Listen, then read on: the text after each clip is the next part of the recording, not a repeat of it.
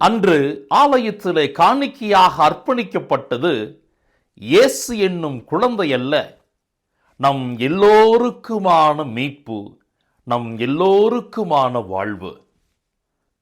அர்ப்பணிக்கப்பட்ட இந்த குழந்தை 3 விஷயங்களை அன்று உடைத்தெறிந்தது.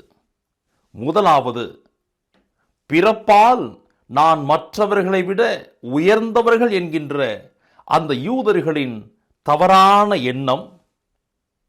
இந்த மீட்பு என்பது இஸ்ரேல் மக்களாகிய எங்களுக்கு மட்டும்தான் சொந்தம் என்கின்ற குறுகிய மனப்பான்மை மற்றும் இந்த தேவாலயமும் இந்த கடவுளும் எங்களுக்கு மட்டும்தான் என்கின்ற அந்த தவறான சித்தாந்தத்தை உடைத்தெறிகிறது. அன்புக்குரிய சகோதர சகோதரிகளே, இன்றைய நாளிலே ஆண்டவர் இயேசு குழந்தையாக ஆலயத்திலே காணிக்கையாக அர்ப்பணிக்கப்பட்ட விழாவினை கொண்டாடுகிறோம். இதிலே ஆண்டவர் இயேசு அங்கு வெறுமனை ஒரு குழந்தையாக மட்டும் அர்ப்பணிக்கப்படவில்லை, மீட்பராக, ஏன் மீட்பாகவே ஒப்படைக்கப்படுகிறார் என்றுதான் சிமியோன் இன்று இறைவாக்கு உரைக்கிறார். வாருங்கள், மக்கள் எல்லோரும் காணுமாறு நீர் ஏற்பாடு செய்துள்ள உமது மீட்பை நான் கண்டுகொண்டேன் என்ற சிமியோனுடைய வார்த்தைகளையும், இந்த மீட்பராகிய கிறிஸ்து எப்படி பிற இனத்தாருக்கு புறவினத்தாருக்கு ஒளியாக மாறுகிறார் என்பதையும் புரிந்து கொள்வதற்கு அந்த காலத்தில் இருந்த சமய மற்றும் சமூக பின்னணியை புரிந்து கொள்வோம். அன்புக்குரிய சகோதர சகோதரிகளே, ஆண்டவர் இயேசுவை அன்னை மரியாள் ஆலயத்தில் எருசலேமிலே காணிக்கையாக ஒப்புக் கொடுக்க தன்னுடைய கணவரோடு வருகிறார். லூக்கா பதிவு செய்கிறார், மரியாள் ஆலயத்திலே அல்ல, ஆலயத்திற்குள் உள்ளாக அல்ல, ஆலயத்திற்கு வெளியே நின்று கொண்டுதான், ஏதோ ஒரு தூரத்தில் ஏதோ ஒரு மூலையிலே நின்று கொண்டுதான் தீட்டுப்பட்டவளாக தன்னுடைய தீட்டை கழிப்பதற்கு, இந்த தூய்மை சடங்கை செய்வதற்கு வருகிறாள். அவளாலும் இந்த பச்சிளம் குழந்தையாலும் அந்த எருசலேம் தேவாலயத்திற்குள் உள்ளாக நுழைய முடியவில்லை, நுழையவும் கூடாது. இப்பேற்பட்ட ஒரு சமூக பின்னணியில்தான், சமய பின்னணியில்தான் இந்த குழந்தையை அன்னை மரியாள் ஆலயத்தின் முற்றத்தில் ஏதோ ஒரு மூலையிலே காணிக்கையாக ஒப்புக் கொடுக்கிறார். ஆகவே தான் சிமியோன் தன்னுடைய இந்த குழந்தை வருவதை பார்த்து இவராகவே சென்று அந்த குழந்தையை உடனேயே கையில் ஏந்தி, மக்கள் அனைவரும் காணுமாறு ஏற்பாடு செய்துள்ள உமது மீட்பை என் கண்கள் கண்டுகொண்டன என்று சொல்லுகிறார். ஆக அந்த காலகட்டத்தில் இஸ்ரேலுக்கு மக்களுக்கு மட்டும்தான் மீட்பு, மற்ற மக்களுக்கு மீட்பு கிடையாது என்கின்ற ஒரு நிலைமை இருந்தது. அதை இந்த குழந்தை உடைத்தெறுகிறது. இதைத்தான் லூக்கா நற்செய்தியாளர் சிமியோன் வழியாக புறவினத்தார்களுக்கு, எல்லா மக்களுக்கும் உரியவர் இந்த இயேசு என்பதை இங்கு வெளிப்படுத்துகிறார். அதனால இது ஒரு பெரிய ஒரு ரெவலேஷன். ஆக எல்லா மக்களுக்குமான மீட்புன்னு ஏன் இந்த இடத்துல சிமியோன் வழியாக லூக்கு பதிவு செய்ய வேண்டும் என்று சொன்னால், அந்த காலத்துல ஆலயம் என்பது அந்த யூத மக்களுக்கு, இஸ்ரேல் மக்களுக்கு ஒரு அதிகாரத்தின் இடமாக இருந்தது. A place of authority to dominate over the other people. மற்ற மக்களை இழிவுபடுத்துவதற்கும் ஒடுக்குவதற்கும் வேற்றுமைப்படுத்துவதற்கும் இந்த ஆலயத்தை இவர்கள் தவறாக பயன்படுத்தினார்கள். ஏன் ஆலயத்தை, கடவுளையும் தவறாக பயன்படுத்தினார்கள். எருசலேம் என்கின்ற அந்த ஊரினுடைய அர்த்தம் என்ன தெரியுங்களா? எபிரேய மொழியில எருஷலாய்ம்னு சொல்லுவாங்க. அப்படின்னா a place of peace. இது ஒரு அமைதியின் இடமாக இருந்ததா. ஏன் தெரியுமா? அந்த இடத்துல தான் கடவுள் இஸ்ரேல் மக்களோடு நான் ஒன்றித்து அவர்கள் நடுவே வாழுவேன் என்று சொல்லிதான் ஆலயத்தை சாலமோன் வழியாக கட்டச் சொல்லுகிறார். ஆக ஆரம்பத்தில் இந்த எருசலேம் தேவாலயம் என்பது கடவுள் தங்கி வாழுகிற இடமாக இருந்தாலும் தோன்றினாலும், இந்த மக்கள், இஸ்ரேல் மக்களுடைய தவறான எண்ணத்தினாலும், குறிப்பாக அங்கிருந்த குருக்களுடைய தவறான எண்ணத்தினாலும் இந்த ஆலயத்தை இவர்கள் அந்த இஸ்ரேல் மக்களின் அதிகார இடமாக மாற்றினார்கள். A place of peace and God's presence becomes a place of authority. ஆக அந்த எருசலேம் தேவாலயம் என்பது யூத மக்களின் அடையாளமாக, அதிகாரமாக மாறுகிறது. அந்த எருசலேம் தேவாலயத்தை வச்சுதான் அவங்களுடைய அரசியல் வாழ்க்கையே நகர்ந்தது. ஆக அவங்க என்ன செஞ்சாங்க தெரியுங்களா? எருசலேம் தேவாலயத்துக்குள்ள புனிதம் இருக்கின்றது, கடவுள் இருக்கின்றார், நாங்கள் எல்லோருமே தேர்ந்தெடுக்கப்பட்ட மக்கள், மற்ற எல்லா மக்களும் தேர்ந்தெடுக்கப்பட்ட மக்கள் அல்ல என்று சொல்லி இந்த ஆலயத்திற்குள்ளாக நாங்கள் மட்டும்தான் நுழைய வேண்டும் என்கின்ற சட்டத்தை குருக்கள் நிறைவேற்றுகிறார்கள். ஆக அந்த எருசலேம் தேவாலயத்தில் யார் யார் எங்கெங்க உட்காரணுங்கிற ஒரு கட்டுப்பாடு இருந்தது, ஒரு வரலாற்று பின்னணி இருந்தது. ஆக அந்த எருசலேம் தேவாலயத்திற்கு வெளியே யார் நிற்க வேண்டும் பார்த்தீங்கன்னு சொன்னாக்க புறவினத்தார்கள் நிற்கணும். A court of Gentiles.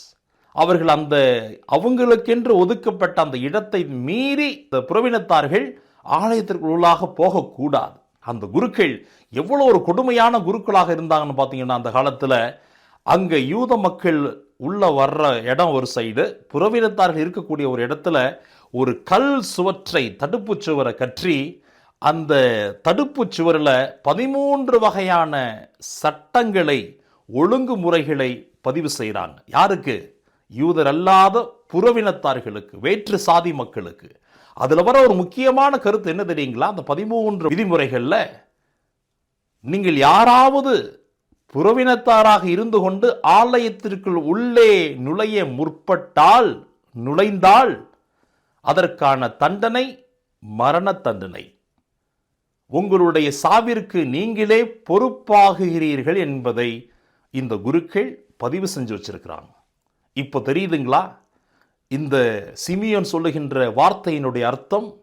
ஆக இந்த எருசலேம் தேவாலயத்திற்குள்ளேயே இவங்களால நுழைய முடியாது. அப்படி நுழைஞ்சாங்கன்னு சொன்ன மரண தண்டனை சொன்ன அந்த நேரத்தில், அந்த தருணத்தில் தான் சிமியோன் என்ன சொல்லுகிறார்?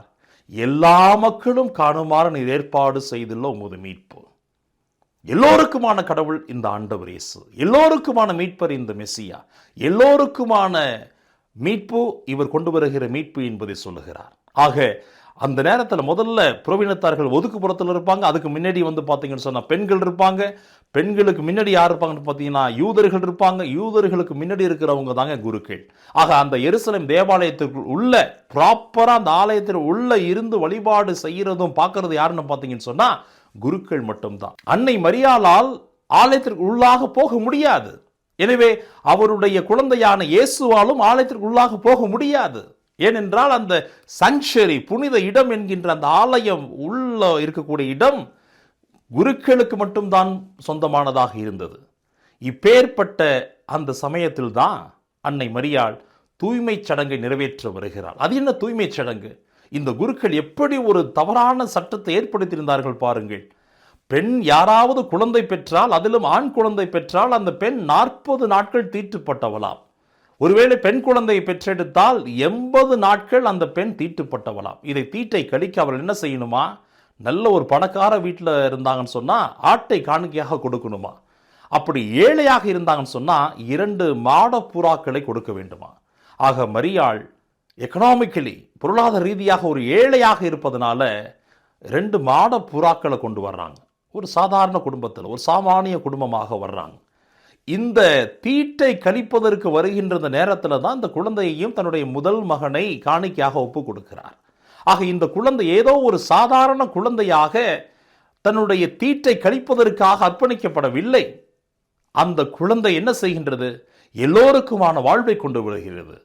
A new reality, ஒரு புதிய ஒரு சமூக சமய மாற்றத்தை கொண்டு வருகிறது.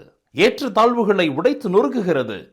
இந்த இஸ்ரேல் மக்கள் கொண்டிருந்த போலித்தனமான புனித மக்களை வேறுபடுத்துகிற பொழுது, மக்களை இழிவுபடுத்துகிற பொழுது, மக்களிடையே ஏற்ற தாழ்வுகளை, உயர்ந்தவர்கள் தாழ்ந்தவர்கள் என்கின்ற எண்ணத்தை கொண்டு வருகிற பொழுது, ஆண்டவர் இயேசு கொண்டு வருகிற மீட்பானது சமத்துவத்தை கொண்டு வருகிறது, சகோதரத்துவத்தை கொண்டு வருகிறது, எல்லோருக்குமான வாழ்வை கொண்டு வருகிறது, எல்லோருக்குமான வாழ்வு உரிமையை கொண்டு வருகிறது.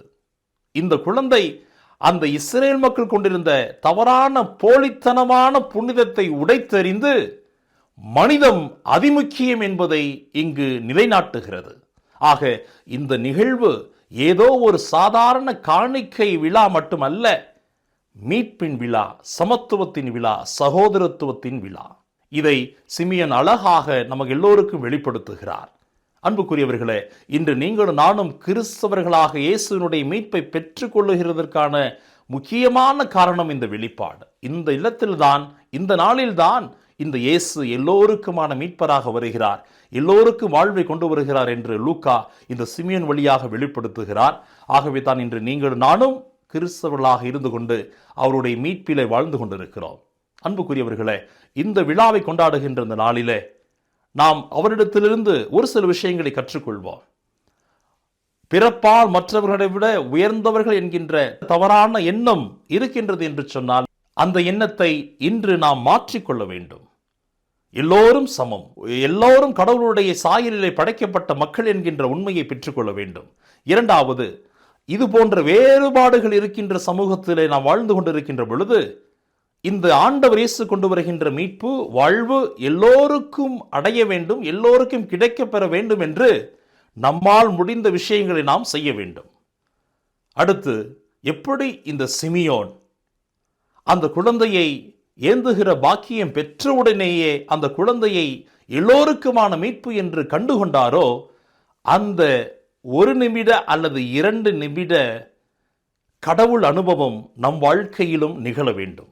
அதற்காக நாம் எப்படி அவர் ஒரு நீதிமானாக பக்தியில் ஒரு மனிதனாக இருந்து மீட்புக்காக காத்து இருந்தாரோ, அதே போல நீங்களும் நானும் நீதியுள்ள பிள்ளைகளாக ஆன்மீகத்திலும் நம்பிக்கையிலும் ஆண்டவருக்காக காத்திருக்கின்ற பொழுது அந்த பாக்கியத்தை கடவுள் நமக்கும் நிச்சயம் தருவார்.